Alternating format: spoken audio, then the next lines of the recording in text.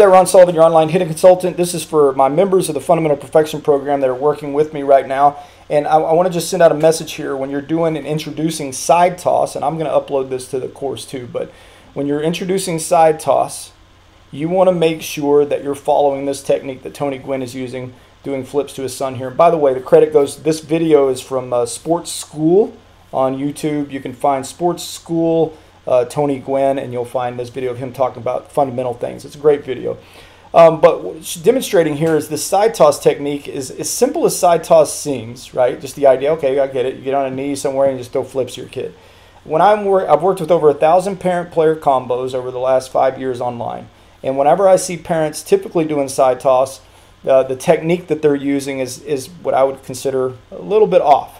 Okay, for what we're trying to do. So what we're trying to do when we go from a controlled environment, ball sitting still, to a moving target environment, at first I'm trying to get a player to trust what we've been working on. Side toss can be a great opportunity for a player to learn to trust some of the things, and for you to sit right next to them and talk them through some of the checkpoints and so forth that we've been working on, right? But this technique, I think, is really important.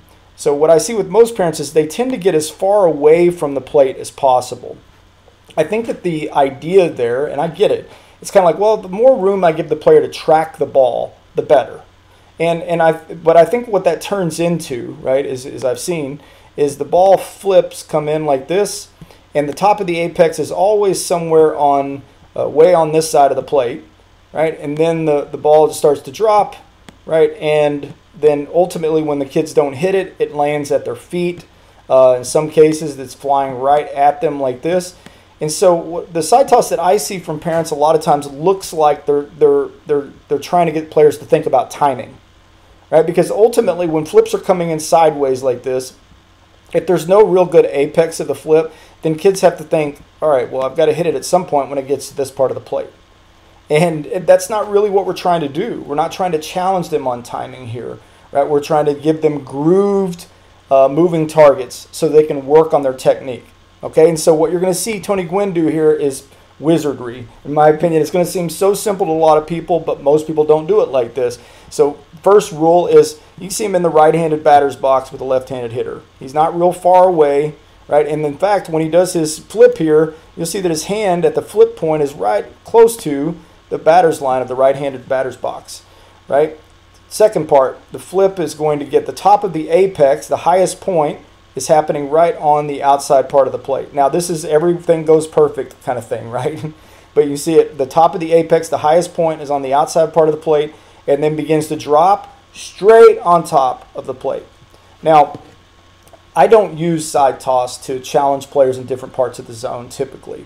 If I'm doing side toss like this, I'm doing it to just groove the balls for them. I want them to feel like, just like they had a ball sitting on a tee here, right? When we were working, I want them to feel like that they're now hitting a moving target, but it feels like the ball is just sitting on the tee there. Okay, so this also allows, when you got the top of the apex outside part of the plate and it's just dropping over the plate, it allows players room to work down the line. If I'm a hitter and balls are flying at me like this, I'm more reactive. I don't have room to be offensive. I'm more reactive to fight the ball off so it doesn't hit me in the ankle or in the knee or something like that, right? And so get your apex just on the outside part of the plate and then let it drop straight over the plate and give your players some room so they can work through and stay inside of balls and so forth. It's really hard to work on that type of approach, especially a left-hander like this, driving the ball to left center field, if somebody's throwing a ball straight at you. It's just really, now you can get older players that can do it, right? And you know, it's not that big of a problem, but younger players, you want to give them a lot of space. And you see here, Tony Gwynn, if you watch the video of Tony Gwynn talking about this, when he's throwing these flips, the very next one he kind of gets away from him. The top of his apex is out over the middle of the plate, and it kind of is inside, and he kind of grunts, like, I didn't mean to throw it in there. So a big leaguer, and I think his son was at this point, he can hit a ball like that, okay? But in general, we're not trying to adjust across the zone in a flip, okay? And this next video here, this view right here is fantastic. You can see the fingertips of Gwynn down there releasing the ball. Top of the flip right there, just look at it, just drop straight down in the zone, right? It's not going across, right? Just try to stay away from that as much as possible. And you'll see that, and a lot of guys that are having a hard time transitioning to the moving target, it's really your technique. It's not the kid, right? It's something about the technique you're using. It doesn't really allow the player to trust some of the things they've been working on. Remember, a ball on the tee, the ball's not flying at them, right?